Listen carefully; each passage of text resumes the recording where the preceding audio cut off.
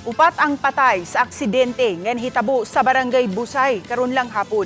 Nico, unsay nahitabo sa maong insidente?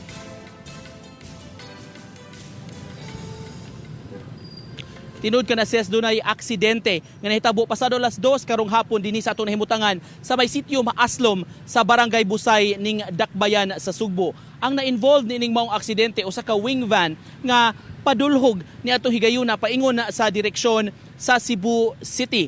Samtang ang kasugat nga motorsiklo patungas ni siya pauli na kuno ang mga sakay niini padung sa ilang balay sa Barangay Babagdos ning Dakbayan sa Sugbo.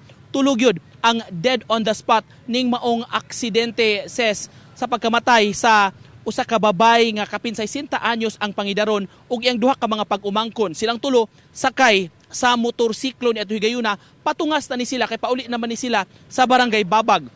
Nasayra nato kining wing van padulhog ni atong higayuna mikalit lang kuno ni siya og kabig paingon sa nga bahin sa karsada midusmo paingon ni ining usa ka gi-construct pa nga istruktura ning maong lugar.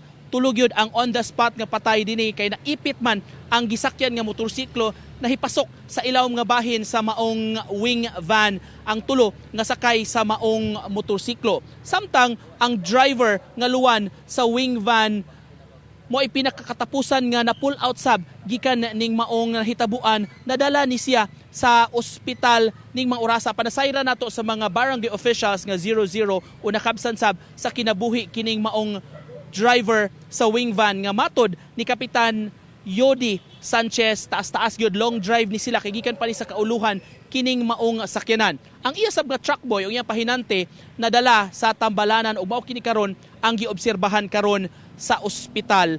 Labihan kay emosyonal ang pamilya ni ining mga namatay sa maong aksidente nga nasayra nato gikan day ni silang mga sakay ni ining motor nagclaim in town sa syudad kay ang katong ilang iyaan katong 60 anyos ni claim ni siya og lending o pauli na unta sa ilang balay sa Barangay Babagdos kuyog ang iyang mga pag-umangkon nga ang usa mo'y nag-drive sa motorsiklo ug nag-angkas ang usa.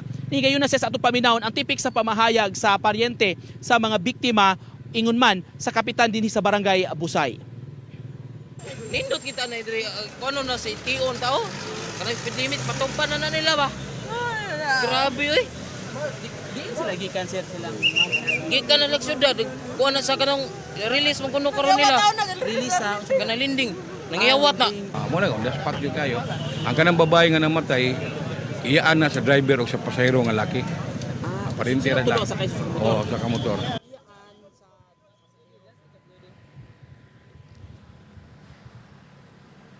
balik din sa accident scene sa pagkakaroon ani pa mga patayng lawas dinhi sa daplin sa daan giputos na ni sila og mga body bags. Nagpaabot lang ning atong mga emergency personnel dinhi sa kumpirmasyon kung asa nga funerarya ni sila dadon ug padayon sab ang pag-abot-abot sa pipila ka mga paryente makabanay ni atong mga nakalaso gyud nila damha ang pait kay nga nahitabo sa ilang mga mahal sa kinabuhi sa aksidente karong hapon dinhi sa Barangay Busay.